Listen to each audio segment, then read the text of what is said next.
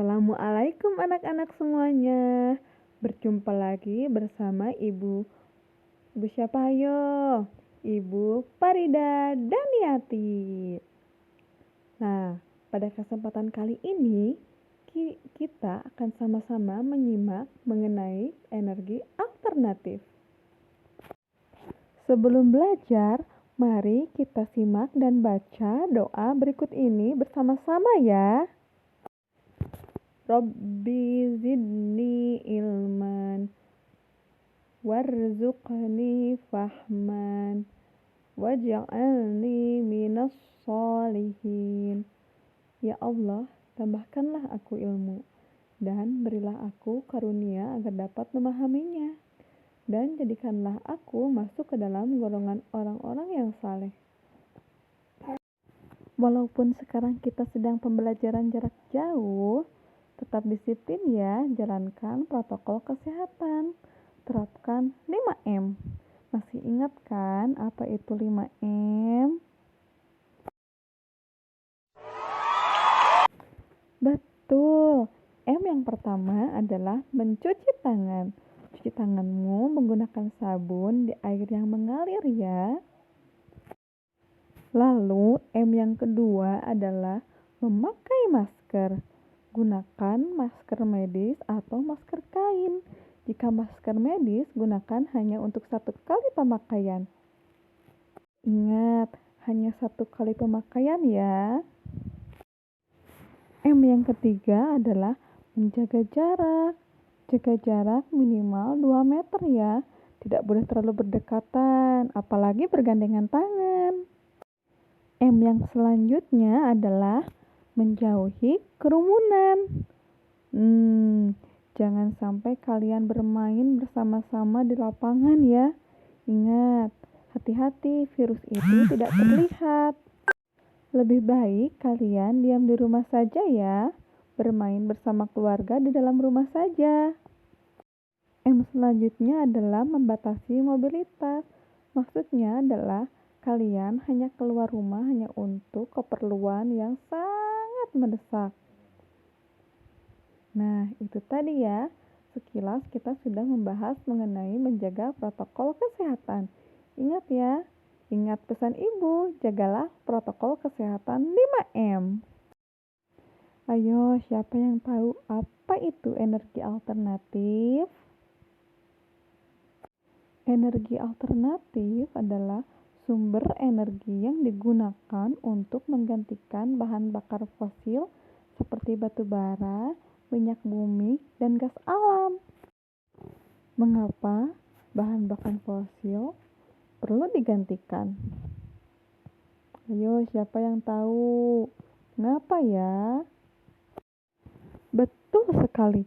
Bahan bakar fosil merupakan sumber daya alam yang tidak dapat diperbaharui, sehingga ketersediaannya di alam dapat habis. Macam-macam sumber energi alternatif.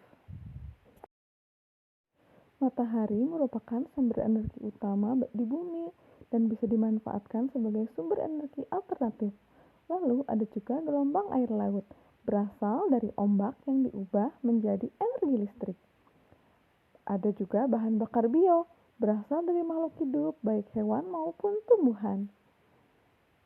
Lalu ada panas bumi. Panas bumi pun merupakan sumber energi alternatif. Sumber energi ini berasal dari panas lapisan batuan di bawah permukaan bumi. Ada juga air. Air pun bisa digunakan sebagai sumber energi alternatif. Sumber energi ini biasanya digunakan untuk PLTA atau pembangkit listrik tenaga air. Selain itu ada juga angin. Angin pun merupakan salah satu sumber energi alternatif. Sumber energi ini berasal dari tekanan udara. Mari kita amati gambar berikut ini. Lalu kita perhatikan. Nah, sekarang coba kita lihat pada gambar tersebut apa ya yang bisa menjadi sumber energi alternatif. Betul, jawabannya adalah matahari. Pada gambar di atas dapat kita lihat manfaat dari sumber energi alternatif matahari. Matahari bisa dimanfaatkan ibu sebagai pengering pakaian.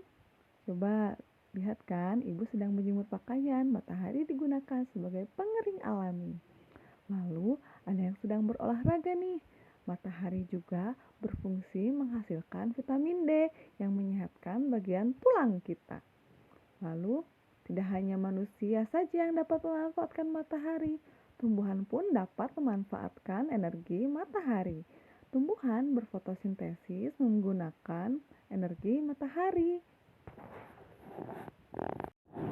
Selain itu, masih banyak lagi nih manfaat energi matahari.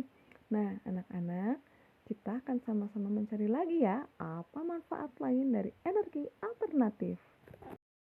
Carilah manfaat dari energi alternatif lainnya. Tuliskan di buku tulis kalian ya, cari sebanyak-banyaknya yang kalian dapatkan.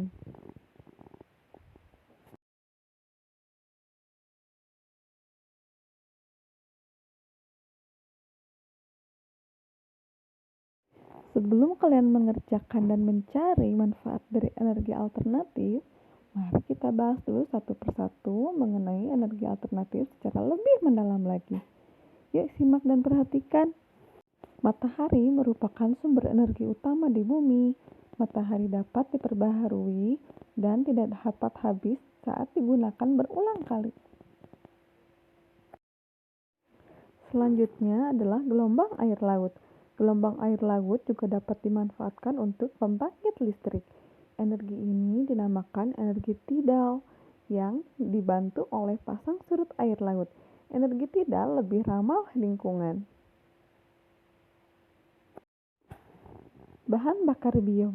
Bahan bakar bio berasal dari tumbuhan maupun hewan yang dimanfaatkan sebagai bahan bakar.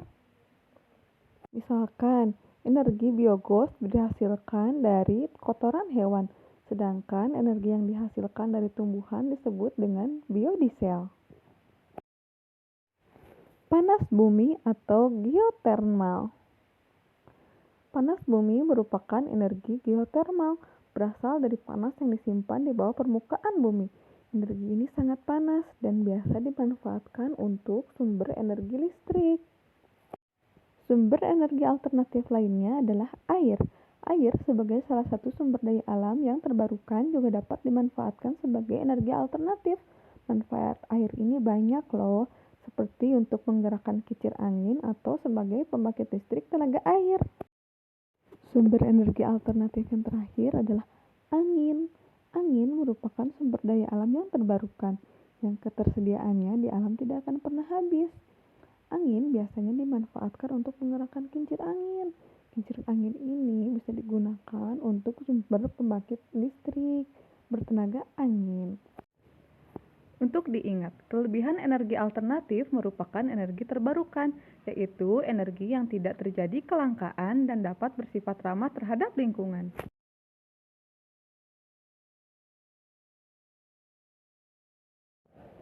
Sumber energi terbarukan adalah sumber yang bisa memproduksi energi dengan tidak menghabiskan sumber daya alam dan bisa terus dikembalikan, sehingga menjadi lebih bersih. Mari kita simak video berikut ini. Alternatif pengganti minyak bumi.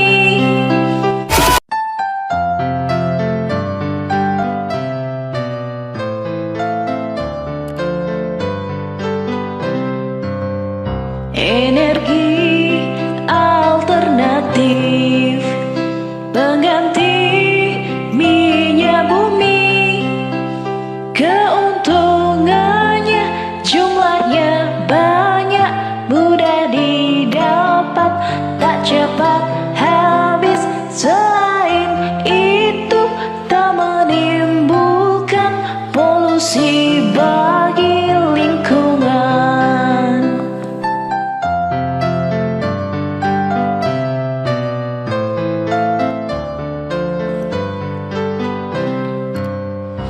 Energi alternatif itu banyak macamnya. Energi angin, energi air, dan matahari.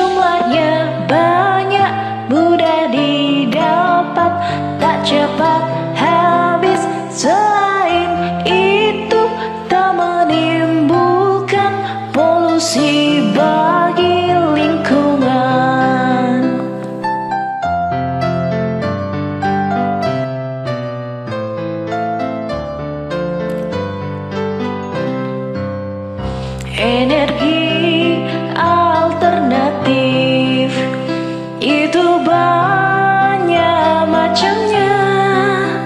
Energi angin, energi air dan matahari, juga biogas, gelombang laut dan panas bumi, semua ada di alam.